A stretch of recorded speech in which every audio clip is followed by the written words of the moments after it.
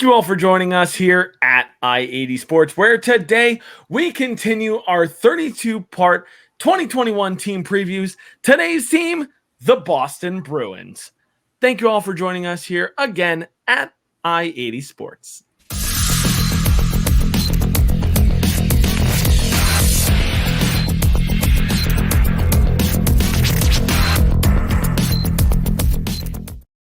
Thank you all for joining us here again at I-80 Sports.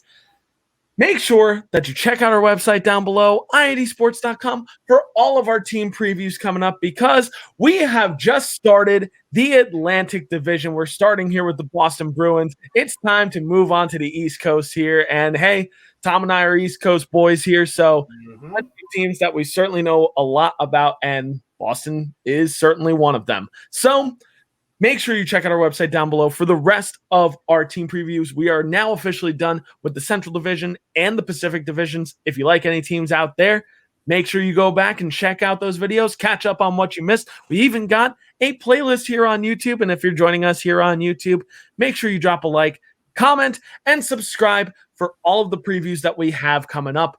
And if you're on Twitter, make sure you follow down below at I80_SportsNHL. And if you're currently following, thank you guys so much, because your support is greatly appreciated. Without you guys, we can't do this on a weekly basis. I'm Brian. He's Tom. Tom, how you doing today? Doing well, and here we are to preview a organization that I actually have a lot of respect for, believe it or not. I'm a Ranger fan, but I mean, the Ranger-Bruin rivalry was the early 70s. I was not born yet. I always respect how the Bruins ran their organization. I always loved the way how they would find players to, they would move bigger players out of town, find other guys to replenish them, and just always consistently a good team. And I got to respect them for that. I really do. And we're even in that right now.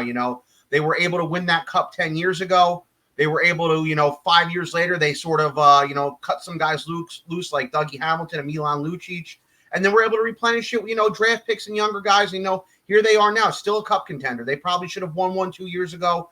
That's an episode for another day that I could get into on the Boston Bruins failures over the last decade. But still definitely a team that's still there, that's still a contender, and that is the Boston Bruins. Yeah, and it's wild. Like last year we were talking about, is it time to blow things up? And most certainly Boston has not. And we were wrong. They were right. As a lot of times how that happens. This is why they get paid the big bucks, and we certainly don't. So it's time to talk about some 2020 and 2021 team facts from the Boston Bruins season last year. So what was Boston's record last year? Boston's record last year was 33-16-7. That's 33 wins to 16 losses to 7 overtime losses, which was good for 73 points. They finished third in the East Division last year. Power play and penalty kill, well, they were just killing it last year on both ends. They finished on the power play with a 21.9% on the power play, which is 2 ticks above league average. And on the penalty kill, they were even better. They were sitting right about at 86% on the penalty kill this past year, just absolutely killing it, being an absolute monster on the penalty kill. And one thing I do have to note here, especially in regards to that penalty kill stat, they only allowed 136 goals against last year. That was 4th least in the entire NHL last year. Well done by the Boston Bruins. Some leading scorers here for the Boston Bruins last year. Yeah, Brad Marchand, constantly up for debate here, but 69 points in 53 games. Well done, sir. Patrice Bergeron with 48 points, and David Pastrnak also with 48 points after missing a good chunk of the season last year. So that perfection line coming in clutch as usual. So now we're moving on to some key additions and subtractions, and we had some pretty big key additions here for the Boston Bruins, namely Nick Foligno, Eric Haula, Thomas Nosek, Derek Forbort, and Linus Ullmark. It should also be mentioned here that Taylor Hall also signed a semi-long-term contract to stay with the Boston Bruins, so he has finally officially decided on his team, so Taylor Hall is here to stay as well. And subtractions, you had some pretty big subtractions here. David Krejci is a big name. That's a subtraction here. Sean Corrali, Nick Ritchie, Andre Kasha, and Jeremy Lausen, who was lost to the expansion draft to Seattle. And lastly, former backup goaltender Yaroslav Halak, and at least for this year potentially, starting goaltender Tuukka Rask. So we've got a whole new changing of the guard in net here for the Boston Bruins, as they are now going to go this year without Tuukka Rask and Yaroslav Halak, something that they haven't done in a very long time. But we'll see how that goes. Moving right along, we're going and talking about X Factors next. And no, we're not talking about EA Sports NHL 22 X Factors. We're talking about our own brand of X Factors here. Players who we think are going to make a major impact on the Boston Bruins this year and make a major impact in the lineup, possibly en route to making the playoffs and maybe even further beyond. So, Tom, I've done enough talking here. Who do you feel are X Factors here on the Boston Bruins? Sure. I guess you could say the old guard right now, and the old guard in Patrice Bergeron, Brad Marchand, and David Pastrnak. Those three have pretty much been carrying this team for the last 4 to 5 years. Bergeron and Marchand have been carrying them for the last 10 years. Obviously, now you have guys there like Taylor Hall and Nick Foligno to sort out the depth on the second and the third lines. Now, I'm going to do a little bit of a historical comparison here. If you look at a team, if you go back about 20 years now to the 2002 Detroit Red Wings, obviously this team is not as stacked as they were. But if you look, that summer they had brought in guys like Brett Hull and Luc Robitaille to sort of do the same thing. That team won the Stanley Cup, but at the end of the day, who was carrying that team? 3 guys were carrying that team forwards-wise, and those guys were Steve Yzerman, Brendan Shanahan, and Sergei Fedorov, guys who had been there for a while. And I feel the same way with this Bruins team. As good as Hall was for them, and as good as I think Foligno will be for them, this team is going to live and die with how these 3 guys play. And remember, this may be their last chance at that vaunted Stanley Cup. I felt like they maybe should have won 2, 3, or 4 of them over the last 10 years. They just never get the job didn't get done for whatever reason. Like I mentioned above, we could have a whole episode on this another day. Right now, we're not going to do that. But yeah, it's these 3 guys is what's going to make this team go, is what's going to determine, is this team a cup contender, or is this team out of the playoffs? Are they a bubble team? Are they a middle-of-the-road team? And one more thing to keep in mind here, too, is that Patrice Bergeron is up for a new contract at the end of the season. A couple days ago, Bergeron had said he's not going to look to sign an extension during the season. He's going to wait till it's all said and done and then decide what his future in Boston is going to be. So that's just something else to keep in mind as well. But in my mind, it's these 3 guys. You know, they sort of improved in other positions, but it's these 3 guys who are still going to carry this club. Yeah, I agree. Let me just say that I've been hyping for the past couple of weeks that with certain teams that we've talked about, that I had in mind a line that I think is the best line in the NHL. You know, when we talked about the Colorado Avalanche and we talked about the Landeskog, McKinnon, Rantanen line, that I thought that there was one line currently that I think is better. That's this first line here, as Tom mentioned before: Brad Marchand, Patrice Bergeron, and David Pastrnak, the perfection line. And they weren't all together last year because of Pastrnak getting injured at the early part of the year. But when together, this is by far, to me, the scariest line in the NHL. That is no hyperbole. I mean that wholeheartedly. You look at the point totals last year, even in limited action with David Pastrnak, and combine that with what Brad Marchand did last year, a near 70-point season in 53 games, well over a point per game, and Patrice Bergeron as well. This line, in a lot of ways, is unstoppable.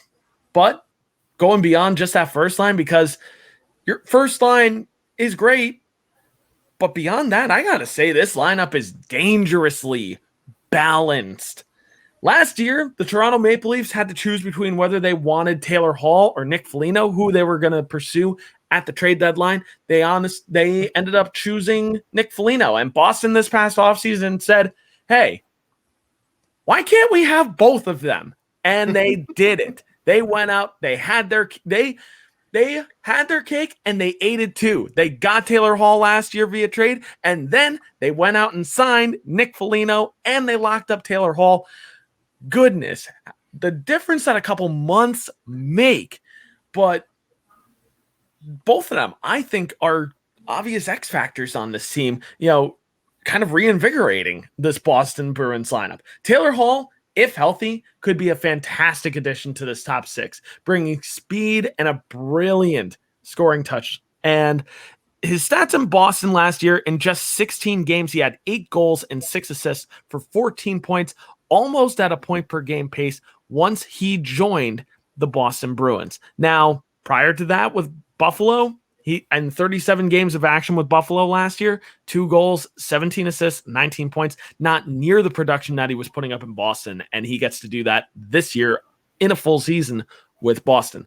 The one thing is he doesn't get to have David Krejci playing alongside him, which is going to be interesting, which means that Charlie Coyle is going to have to line up next to him, who could be an interesting pairing for him this year. It's not David Krejci, but Charlie Coyle could prove to be a great addition to that top six as well. Nick Foligno, on the other hand, in his time with Toronto last year, in just 7 games of action as a member of the Toronto Maple Leafs in the regular season, only put up 4 assists. But that being said, it's not necessarily about the point production that Nick Foligno brings to a lineup. It's, his leadership, his experience. And he brings that leadership and experience to an already experienced team. He doesn't have to do that with a lot of the younger guys. And the younger guys that are on this team, a lot of these younger guys get the benefit of playing alongside a leader like Nick Foligno. Lastly is another major addition to this lineup this year, the starting goaltender, as it is slated right now for this team, Linus Ullmark. Linus Ullmark is this new shiny starting goaltender in town, and he's going to be taking over for the injured Tuukka Rask. And it's definitely weird for Boston fans this year. It's been a long time that they haven't seen Tuukka Rask as the starting goaltender. It's the dawn of a new era in Boston. Not to say that Rask's time ultimately could be done in Boston, but it very well could be.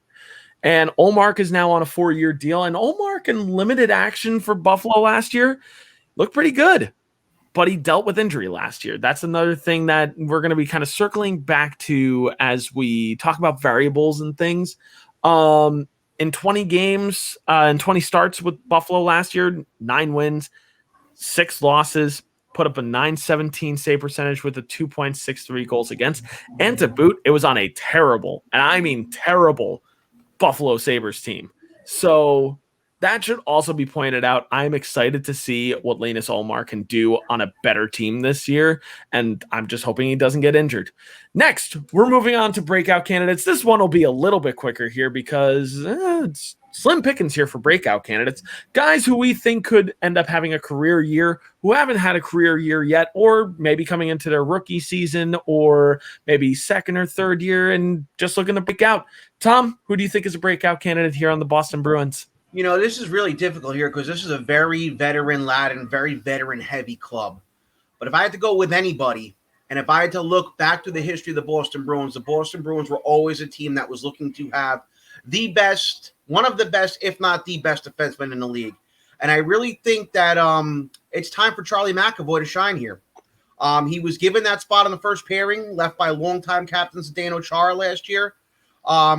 He's been hyped. He came up with defending Norris Trophy winner Adam Fox in Long Island. They played together. He's been on World Junior teams. He paid his dues growing up, was a very, very highly touted prospect. But throughout his short career so far, he's kind of just been a 30-point player. If he can get going this year and maybe get close to 50 or 60 points, watch out. I really do think McAvoy will be the next big thing in Boston. And like I've previously mentioned, you look through history with the Bruins, guys like Eddie Shore, guys like Brad Park, guys like Bobby Orr, guys like Raymond Bourque, guys like Zdeno Chara. Boston has always been a team that relied on their number one defenseman. It's just a fact. It's a fact through history if you look through those great Bruins teams who have won before. To end about Charlie McAvoy, his point per game last year probably would have had him close to 50 points in a full 82-game season. So if he can build on that or he can equal that this year, let's see. Maybe you'll start seeing more people talk about him. But that's just my 2 cents. Yeah, and I agree. It's kind of tough to choose a breakout candidate here just because of how veteran this lineup is. And it's funny that you went the defensive route in your end because I'm going the defensive route here as well. Because I think maybe Brandon Carlo could be a person that could be a breakout candidate. And Carlo is coming into the first year of a long-term contract at the young age of 24. He's never been a prolific offensive defenseman for Boston, but he plays the defensive side very well and plays just as good as some grizzled veterans. And maybe this is the year where things finally click offensively for him, playing in that top four and earning top 4 minutes. He's certainly going to be on the penalty kill this year for the Boston Bruins. But maybe he could see a little bit of time on the power play if certain people get injured, or maybe just to be given a little bit of experience. And I think maybe this is a year that he starts racking up some assists. His top point total has been roughly around 15, 20 points in 1 year. Maybe this is the first year we see him break the 30-point margin. It could be interesting to see. Brandon Carlo could be a person to look at as a breakout candidate. Now, it's time to talk about the potential opening night lineup here for Boston, which, it should be said, it is currently the beginning of September here. There's a lot of time between now and October. We haven't gotten to training camp yet, but this is what we think the opening night lineup could look like. So take this, of course, with a grain of salt. But as usual, what could this lineup look like come October? Well, I'm glad you asked, because it's time to look. So we are starting with forward line one, as we always do, moving from left wing, center to right wing. First, we have the perfection line: Brad Marchand, Patrice Bergeron, and David Pastrnak. Next, we've got the second line: Taylor Hall, Charlie Coyle, and Craig Smith. Next, on line three, we've got Jake DeBrusk, Eric Howla, and Nick Foligno. And rounding out on the fourth line, Trent Frederick, Thomas Nosek, and Chris Wagner. Next, the first line of defense, we've got Matt Grzelcyk with Charlie McAvoy. Next on defense line two, Derek Forbort with Brandon Carlo. And on the third line of defense, Mike Riley and Connor Clifton. Gotta say, Mike Riley was a very surprising player last year, and I hope he kind of continues that pace this year. Finally, looking at the goaltending, we've got starting goaltender Linus Ullmark with backup goaltender Jeremy Swayman. So, a pretty interesting lineup here for the Boston Bruins, but we got to talk about some variables, because there's a lot of things that could change from now to October. There's a lot of things that could change from October to the Olympic break, and there are things that could change all the way up until the trade deadline and beyond. So, Tom, in your mind, what are some variables for this Boston Bruins lineup? Well, the one that sticks out here like a sore thumb is that center ice spot on the second line here. For years, that was David Krejci's spot. He's gone now. The Bruins offered him to come back, and he didn't take it. If they can't get Charlie Coyle to play up to speed with Taylor Hall and Craig Smith, they're going to need to start making some calls. They may need to call a team like the Nashville Predators to try and bring in a guy like Matt Duchene or Ryan Johansson. They're going to be scrambling to find a center if Charlie Coyle can't play up to that. And Charlie Coyle's a hometown guy, too. He's a Boston guy. But one thing I've learned is a lot of Boston guys, when they go back to play for the Bruins, a lot of times it just doesn't work out very well. I'm hoping it's the opposite with him. Hopefully he does well with them, but who knows? Another thing here is sticks out like a sore thumb is the goaltending. They have Linus Ullmark here. He's in a better situation now, and you got to hope with him being in a better situation that he'll play better and be able to supplement this team and be able to, keep them at the top of the division, keep them as a cup contender. We don't know what's going to happen with Tuukka Rask, but I'll tell you what, if Ullmark shows any sign of struggle, and even though Jeremy Swayman played well for them last year, if both show any sign of struggle, I could see them trying to bring Tuukka Rask back in midseason and either moving one of these guys or putting him on a long-term IR or doing something like that to circumvent the cap to bring Tuukka Rask back in. If not, then maybe it'd be Charlie Coyle on one of these goalies that they'll need to move somewhere to try and get that second line center. The question is, who would it be? And would they even take those guys for that potential piece? Who knows? But those are two big variables in my mind. Yeah. And with the Boston Bruins, if they need to make a deal, if they're not totally confident in what Charlie Coyle can do on that second line, which ultimately I think Charlie Coyle is going to be okay there on that second line. I am a optimist in this case, but let's say hypothetically they want to, deepen that center depth. The first guy I think on the chopping block here is Jake DeBrusk. He was a guy that was involved in trade talks as early as last year, rumored to maybe being linked to a team like the New Jersey Devils and other teams that needed forward help. And just quite simply, we've seen change of scenery deals in the past, but maybe that's something that could be considered this time around. Boston is going to need to be creative with their cap if they're going to do so. According to Cap Friendly, which thank God for Cap Friendly. I just wanted to put that out there and also websites like Hockey Reference, because we wouldn't be able to also talk about stats like these, like because of, without these websites. But in terms of cap space for the Boston Bruins, they're only sitting at about $1.1 million in cap. So they're going to need to be creative if they're going to go out and try to make a deal.